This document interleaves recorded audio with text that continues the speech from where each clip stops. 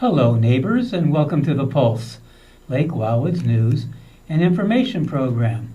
I'm Paul Town, and this is the news for the week starting Friday, May 15th. A message from our General Manager, Brian Cox. Greetings, Lake Wildwood. On Tuesday, May 12th, Nevada County public health officials received good news.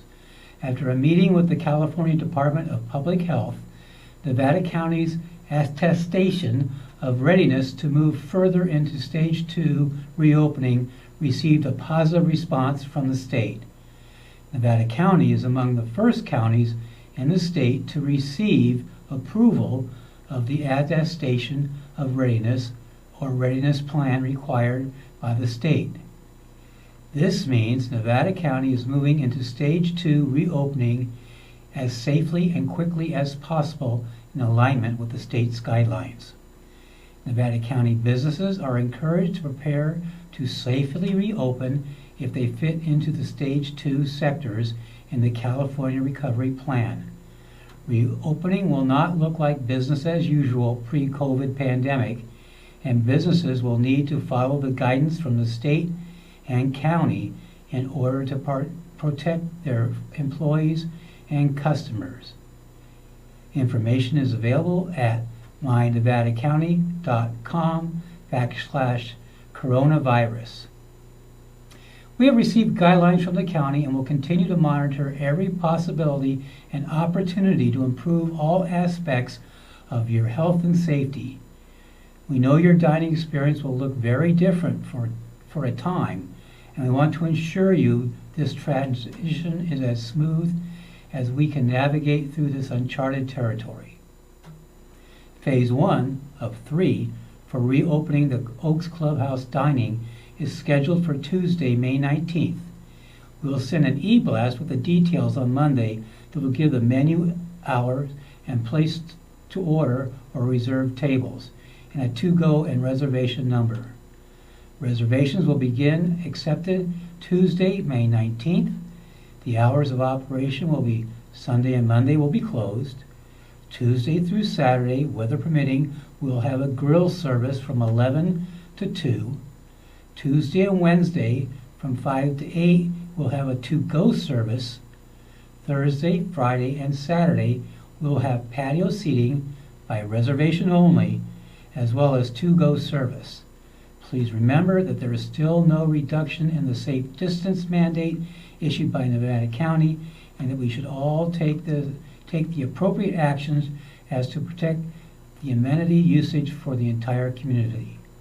Please do your best to be safe and enjoy your community. The administration and EMO offices have been retrofitted with PPE windows for the staff and membership. We'll anticipate being able to open these operations under modified schedules and operating procedures the first part of June. We have developed operational plans for each department and also member procedures, and will be getting those out to the membership shortly. Fire fuel reduction.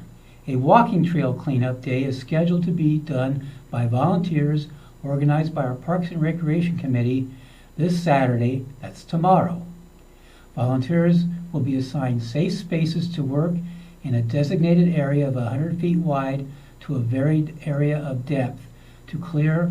All clearing will be done by hand tools and some gas weed trimmers. Approximately 30 volunteers will meet at 3 designated locations to be assigned their area. 4th of July. Many residents would like to see 4th of July fireworks regardless of social distancing laws and mandates by the governor's office. We have not canceled the pyrotechnics, but put them on hold. California, as of today, still has no event mandate in place, and we will need to comply with that order. Thank you for your understanding and patience during these difficult times.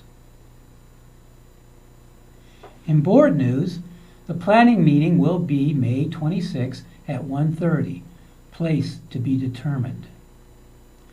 The Board of Directors has scheduled an election of 2 directors to fill vacancies It will occur on July 25th. Per LWA election rules, as allowed by Civil Code, a candidate must have owned property in Lake Wildwood Association for at least 1 year as of May 21st, 2020. Candidates for the Board of Directors shall file an application form with the Administration Office, attention Donna Brazil, between the period of May 1 and May 21st at 5 p.m. The application should be submitted to info@lwwa.org. Filing forms shall include candidate's printed name, signature, lot number, residence address, phone number, and email address. A statement of qualifications and reason for candidacy shall also be included. This statement shall be no more than 200 words. Remember that in many instances, your statement will be the only information voters will have about you. Applicants should consider asking a spouse or friend to review it for spelling, grammar, and content prior to submission. Candidate statements will be published as submitted. The application is available at lwwa.org on the members page. Defensible Space Advisory visits are up and running again. This is a good time to schedule a visit and get some advice on what you can do to increase your defensible space. Remember, these are only advisory visits. The association will not be having the green waste drop-off for the remainder of the season due to the COVID-19 guidelines. Fortunately, the Fire Safe Council of Nevada County has received funding to hold green waste drops in 3 locations. One of the locations will be the Penn Valley Rodeo Grounds. The drop-off will start May 17th and run through Sunday through Tuesday until June 27th. The hours of operations will be from 9 a.m. to 3 p.m. Please refer to the Fire Safe Council's website, rufiresafe.com, for further information or to schedule a defensible space visit. There is also a great need for volunteers. Thank you for your support. Burn day permits are now required from the fire department. To obtain a residential burn permit, the process is to go to the county website, burnpermit.fire.ca.gov, and fill out the form, print it, and watch a 3-minute video.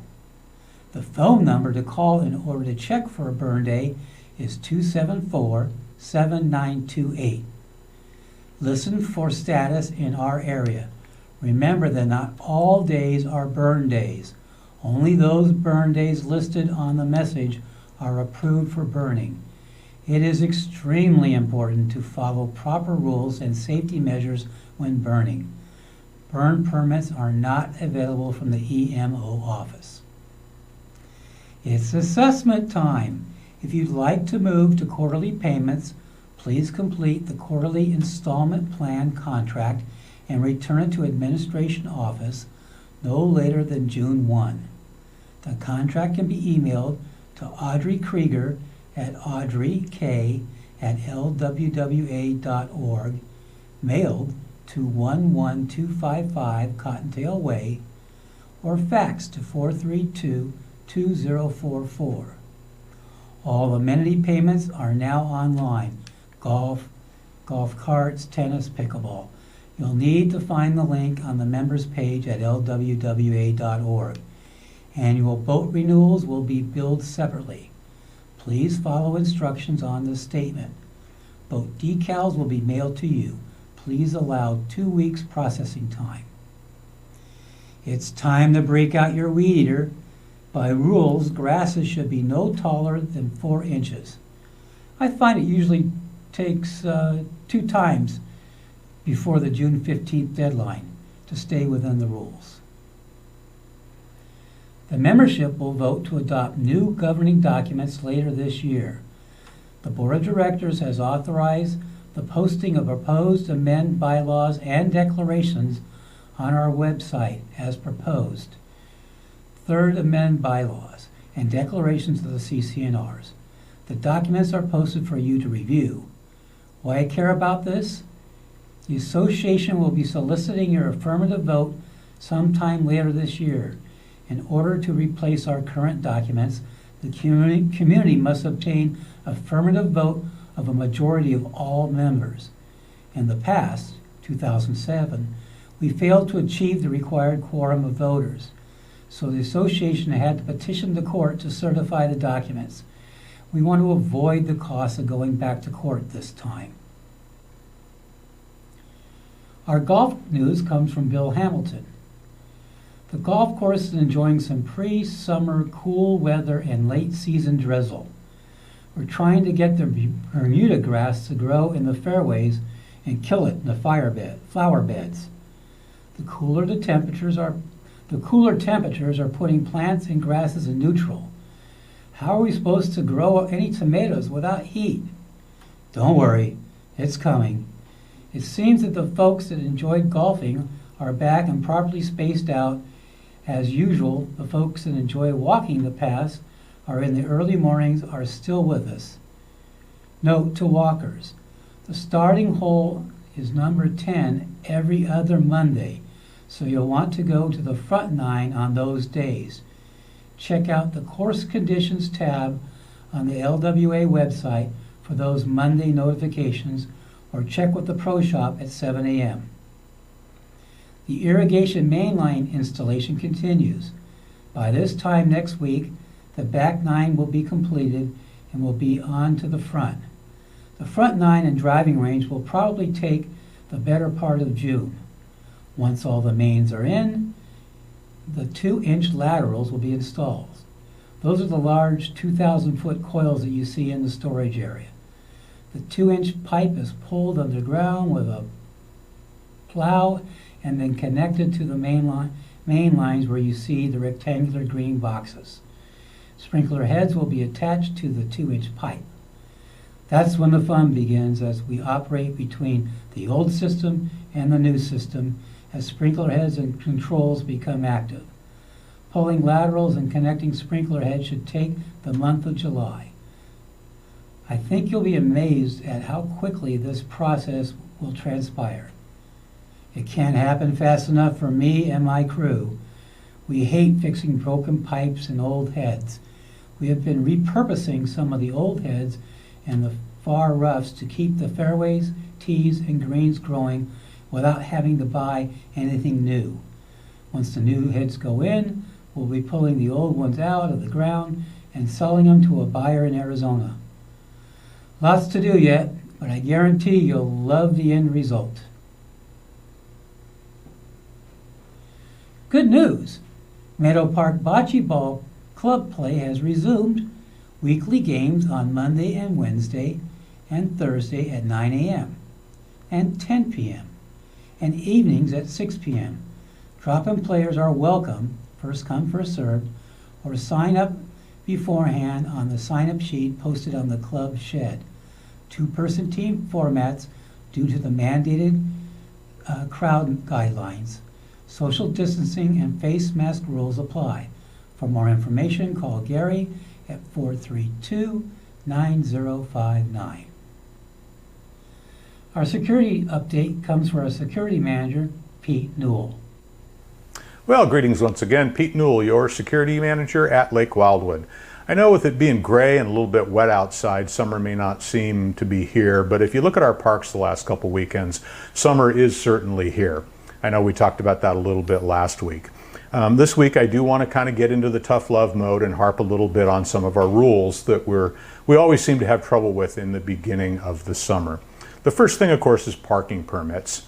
Now, security does in fact enforce the rule on parking permits in all our parks all year, but there's so few cars parked and so few violations given out during the winter months that I do understand why people can tend to forget about it. And it always seems like quite a learning curve this time of year when all of a sudden the parks fill up, and so therefore the parking violations go way up and everybody is kind of confused in what to do. So we'll offer you a little bit of information here. Yes, all community parks require a parking permit of some sort. The most common parking permit, of course, is the barcode decal that most residents have that let them come in the gate automatically. Those are parking permits in any place where you need a parking permit that device is considered a parking permit. Beyond that, there are several other types of permits that a resident or a guest can obtain. Residents, through the administration office, can get two main types of parking permits that are annual permits, some for their own cars that don't have barcode decals, and some that are called permanent guest permits that they can hand out to guests either for a season or for individual days, however they want. In addition, any guest coming in through one of our gates can purchase a one-day parking permit for only $2. So with just a little bit of thought ahead of time, there's really no reason to end up in violation of that. Last week alone, we gave out 26 violations for parking permits in the park. And I suspect those numbers are going to increase the next couple of weekends, and that hopefully people will finally remember, and then they'll start to go down after that. Our next topic, and I know we've hit it a bunch of times, it's dogs, but we're not seeing the results that we want yet. Dogs in the parks. There are no dogs allowed anywhere in the parks, goose dogs accepted, of course. And last week alone, we had 10 different contacts by security officers with people walking their dogs in the park. Please, find the green belts that you need to walk your dogs, and we would appreciate it. The only other thing I'm going to hit on now is we're all starting to feel that maybe this COVID thing is starting to make a turn and things are going to start opening up. We want to make sure everybody remembers to continue to take it seriously and try to do the right thing as you start to occupy the parks or the marina or other things that open up. We wish you to stay healthy and safe, and we'll talk to you next week. I'd like to thank Pete and his officers for doing their best to keep our community safe and secure. That's the news for this week. I want to thank you for watching. Don't forget to subscribe to the Pulse's YouTube channel, home of your virtual board meetings. Until next time, stay healthy and happy.